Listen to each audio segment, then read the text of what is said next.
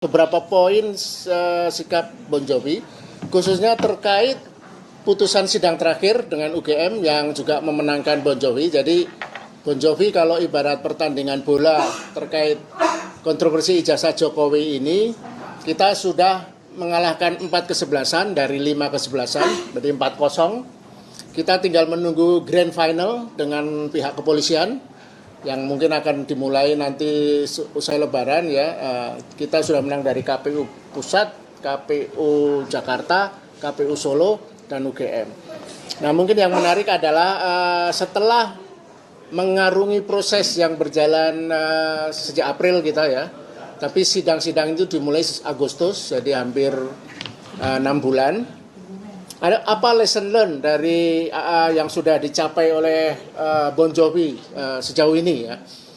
Jadi memang pendekatan Bon Jovi ini berbeda dengan pendekatan kawan-kawan lain seperti Citizen Lawsuit di Solo dan pendekatan dari RRT yang sekarang tinggal RT ya. Pendekatan CSL itu RT dan Lurah. Pendekatan yang satu pendekatan ilmiah menggunakan digital forensik, kemudian yang Citizen Lawsuit menggunakan pendekatan gugatan hukum. Nah, kami menggunakan pendekatan uji keterbukaan informasi dan dokumen publik.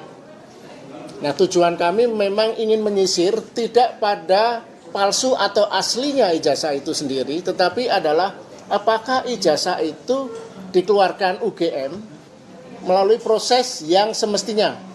Itu intinya. Karena kalau memang proses-proses itu berjalan sesuai proses yang berlaku dan itu bisa dibuktikan oleh UGM, nah berarti tidak ada problem misalnya. Nah, tapi dari persidangan itu nanti bisa kami uraikan banyak sekali problem-problem. Jadi ketidaksiapan UGM untuk memberikan dokumentasi yang kami minta dan juga kehati-hatian yang begitu besar sehingga mengatasi seharusnya validasi, autentifikasi. Jadi kehati-hatian itu membuat mereka sama sekali tidak memberikan dokumen-dokumen yang kami minta. Tapi akan saya bacakan dulu ada 4 poin ya. Dari perjalanan gugatan Bon Jovi sejauh ini 4-0 ya. Pertama, kemenangan Bon Jovi terhadap 4 lembaga institusi dari sidang KIP ini ada lesson learned. Sidang KIP telah membuka mata kita dan publik bahwa satu, bagi politikus bermasalah yang tidak jelas latar belakang pendidikan dan identitasnya, jangan lagi pernah coba-coba peruntungan berpolitik sekedar ingin jadi pejabat publik. Nanti Bang Petrus akan menjelaskan bagaimana awal reformasi tahun 2014-2016 sindikat pemalsu ijazah itu merajalela. Jadi kalau sekarang dipersoalkan itu bukan out of the blue, bukan dari ruang kosong, tapi ada faktanya. Nanti Bang Petrus akan menguraikan itu. Yang kedua, bagi PPID instansi pemerintah dan bagi PPID universitas seperti UGM dengan putusan sidang KIP ini tidak lagi bisa bekerja semau gue, artinya bekerja tanpa profesional, tanpa kompetensi. Sekarang publik akan menskrutini, akan meminta, mengawasi kerja-kerja mereka dalam mengelola, menyimpan, dan melacak dokumen-dokumen jika ada persoalan. Jadi ini lesson learned bagus bagi bangsa ini. Yang ketiga, bagi masyarakat, kini ada satu lagi lokus atau tempat mencari keadilan, yaitu KIP.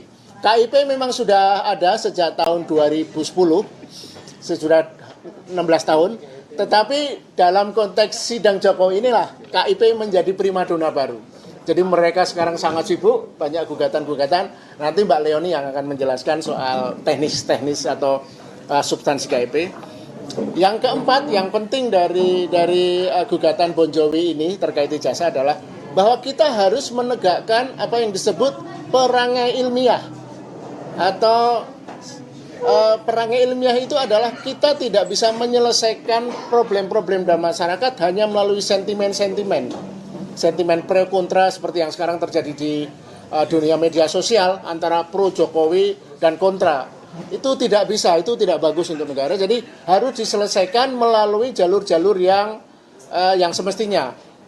Jalur ilmiah seperti yang dilakukan Roy Suryo dan kawan-kawan, jalur hukum seperti yang dilakukan Citizen Lawsuit di Solo, dan jalur pelacakan melalui informasi dan dokumen publik seperti Bon Jovi dan kawan kita Bonatua.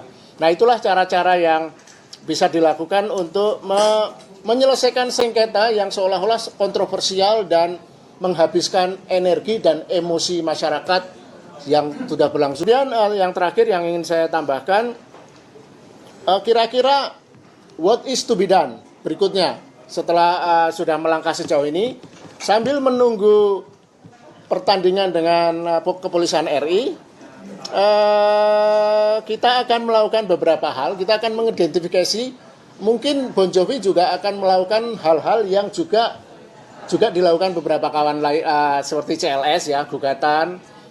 Misalnya adalah sejauh mana nanti setelah kita melakukan riset-riset penelitian yang kuat basisnya, mungkin kita akan juga menggugat oknum-oknum terkait di KPU mungkin, entah di Solo, di DKI, dan di pusat, yang terkait dengan mengapa mereka tidak melakukan autentifikasi faktual, bukan hanya autentifikasi administratif, agar itu bisa jadi kebiasaan. Kemudian kita juga berencana nih setelah usai Lebaran audiensi ke beberapa lembaga pemerintah seperti ke Kemenpan, karena Kemenpan ya pernah mengajukan di era Jokowi dulu mendirikan Satgas anti ijazah, pemalsuan ijazah. Nanti akan dijelaskan oleh Bang Petrus. Sayang sekali Satgas itu tidak berlanjut, entah karena apa. Nanti Bang Petrus menjelaskan. Ya. Kemudian kita juga akan silaturahmi ke ANRI nanti, Arsip Nasional Indonesia, untuk memastikan bahwa posisi penting pejabat publik itu dokumentasinya harus dimiliki oleh ANRI. ANRI seperti kita ketahui tidak memiliki dokumen-dokumen dan informasi yang memadai bahkan terkait presiden-presiden RI. Kemudian juga kita siapkan nanti jika pihak KPU dan UGM tidak kooperatif, tidak memberikan dokumen-dokumen yang kita terima, kita tidak lepas kemungkinan akan menggugat ke PT UN juga. Jadi kira-kira itu, dan juga yang kami rencanakan kita akan audiensi ke partai-partai politik, karena partai-partai politik inilah lembaga garda depan untuk menyeleksi calon-calon pejabat publik yang layak. Jadi mereka jangan malah ada kesan jangan-jangan ikut membantu proses memanipulasi dokumen-dokumen itu. Itu temuan sementara kami ya. Kira-kira begitu, Mbak Leoni, mau nambahkan? Yang lain. Mas Petrus dulu. Mbak Petrus dulu. Satgas. Download Tribun X sekarang. Menghadirkan lokal menjadi Indonesia.